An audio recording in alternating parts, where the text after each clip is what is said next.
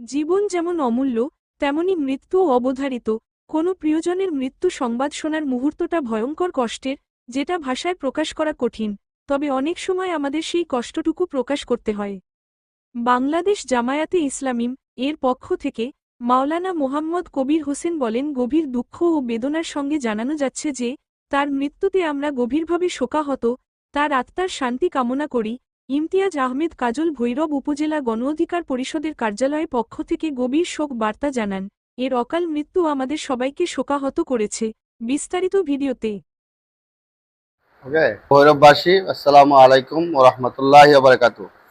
আমরা অত্যন্ত দুঃখ এবং বেদনা ভারাক্রান্ত হয়ে জানাচ্ছি যে ভৈরব উপজেলার শম্ভুপুর পাক্কারমাথা নিবাসী ইতালি প্রবাসী মরহুম হাজী সাদেক মিয়ার নাতি আবু বকর সিদ্দিকের প্রথম সন্তান আব্দুস সামাদ ইতালির মনবেলু লেকে পানিতে ডুবে ইন্তিকাল করেছেন। ইন্না লিল্লাহি ওয়া ইন্না ইলাইহি রাজিউন। তার বয়স ছিল 12 বছর। সে হাফেজি মাদ্রাসায় পড়াশোনা করত, কোরআনে হাফেজ হওয়ার জন্য চেষ্টা করছিল। এই অবস্থায় পানির লেগে ডুবে ইন্তিকাল করেছেন। আমরা আল্লাহ রাব্বুল আলামিনের কাছে তার মাগফিরাত কামনা করি এবং জান্নাতের সর্বোচ্চ আলা দান করুক এবং তার পরিবার পরিজনের প্রতি সমবেদনা জানাই। আল্লাহ রাব্বুল আলামিন তার পরিবারকে ধৈর্য ধারণ করার তৌফিক দান করুক।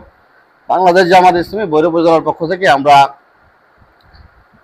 মাওলানা কবির হুসাইন আমির বাংলাদেশ জামাত ইসলামী ভৈরব উপজেলা জামাত ইসলামীর পক্ষ থেকে আমরা শোক সমাপ্ত পরিবারের প্রতি আমরা সমবেদনা জানাই এবং মরহুমের আত্মার মাগফিরাত কামনা করছি। আসসালামু আলাইকুম ওয়া রাহমাতুল্লাহ। আমাদের ভৈরবের যে একটা মর্মান্তিক ঘটনা ঘটেছে, ইতালির মলবেনু এলাকায় আমাদের ভৈরব পৌর শহরের শম্ভুপুর পাক্কারমাথা এলাকার হাজী আবু বকর সিদ্দিকের প্রথম ছেলে আব্দুস সামাদ, মাত্র তার বয়স ছিল 12 বছর। এই 12 বছর বয়সে পানিতে অনাকাঙ্ক্ষিতভাবে পানিতে ডুবে মৃত্যুবরণ করেছেন। তার এই মৃত্যুতে শুধু ইতালি নয়, আমাদের সারা ভৈরবের মানুষের মধ্যে একটা মানে কান্নার রোল পড়ে গেছে।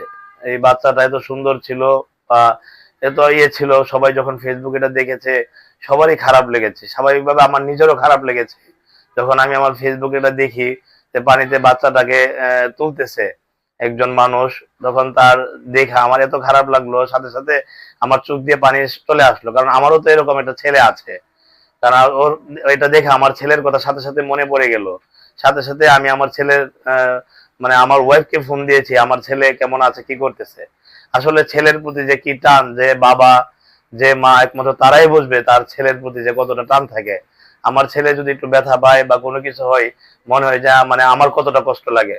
আর যার এই যে ছেলেটা আজকে পানিতে ডুবে মৃত্যুবরণ করেছে, তার বাবা মা যে কত কষ্টে আছে, মানে কত দুঃখ যন্ত্রণা, মানে কত কিছুর মধ্যে তারা এই যে দিন পার করতেছে, এটা ওনারাই বলতে পারবে। আমি আসলে এখানে শোক সন্তপ্ত পরিবারের প্রতি গভীর সমবেদনা জানাচ্ছি।